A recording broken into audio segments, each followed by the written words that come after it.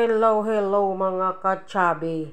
Nandito na naman ako sa merienda serye. Maaga ko na siya niluto kasi yung saging na saba na binili ko, natira nung ginawa kong maruya. Sobrang overripe na talaga siya. So ito, ginawa ko siyang pancake. Ayan, nakagawa din ako ng mga 4 na piraso kasi konti na lang natirang saging. Niluto ko na siya kasi ito mayroon pa nga ako dito sa rep. Gagawin ko na naman tong gagawin ko naman siyang banana cake. Ano naman to, yung lakatan. So ayan, ginawa ko ng maaga ko na niluto kasi pupunta kami sa grocery. Dadagdagan ko yung tinda ko sa tindahan. Ayun, meron ako ditong asukal syempre, tapos margarine. Pero mas masarap sana kung mayroong condense.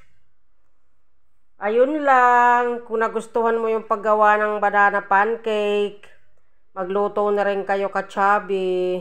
Good morning, happy Saturday sa atin lahat. Kung nagustuhan mo yung banana pancake, nagustuhan mo yung pang merienda serye, mag-like, mag-subscribe. Maraming salamat. Ayun lang, happy Saturday sa atin. Good vibes lang tayo para happy ang life.